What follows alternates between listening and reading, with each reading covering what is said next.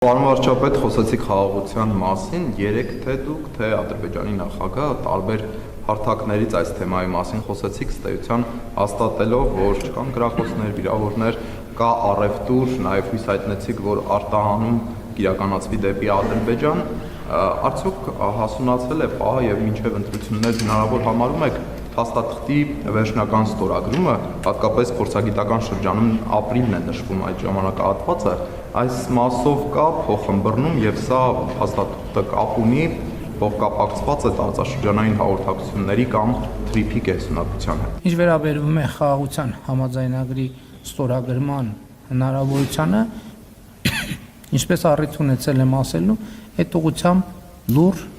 հանդարտ հանգիստ դիվանագիտական աշխատանք արվում է, բայց ես ասեմ, ես կասկած չունեմ, որ այդ համաձայնագիրը կստորագրվի։ Հիմա կստորագրվի ապրիլին, մայիսին, հունիսին, սեպտեմբերին, թե երբ, դա երկրորդ խնդիրն է, բայց կստորագրվի։ Բայց շատ կարևոր է արձանագրել եւ թերևս առաջին անգամ է, կամ առաջին անգամ եթե չէ, հիմա արդեն ավելի հստակ է համընկնումը Հայաստանի եւ Ադրբեջանի դիրքորոշումների, որ նույնիսկ խաղաղության համաձայնագիրը ստորագրված չլինելու եւ նախաստորագրված լինելու պայմաններում խաղաղությունը հաստատված է։ Մենք հիմա խոսում ենք խաղաղությունը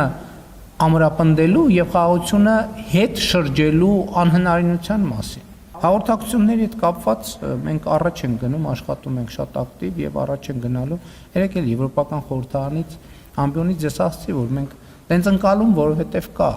Ես զգում եմ, որ նաեւ Ադրբեջանում, Թուրքիայում տենց ընկալում կա, որ Հայաստանը կարող է փորձի ձգձգի, ինչի համար պետք է Հայաստանը փորձի ձգձգի։ Մենք ընդհակառակը ուզում ենք րոպե առաջ այդ խնդիրը լուծվի, րոպե առաջ։ Եվ էլի ուզում եմ վերահաստատել, որ մենք պատրաստ ենք Կորնիձորից երասխով ապահովել Ադրբեջանի արևմտյան շրջանների եւ Նախճեվանի ինքնավար հանրապետության կապը։ Էլի շատ կարեւոր է արձանագրել, որովհետեւ